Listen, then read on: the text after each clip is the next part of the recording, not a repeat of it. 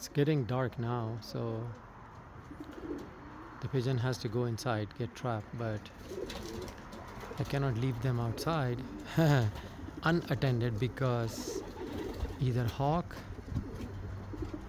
and then I have some raccoons, so many things here in the backyard. So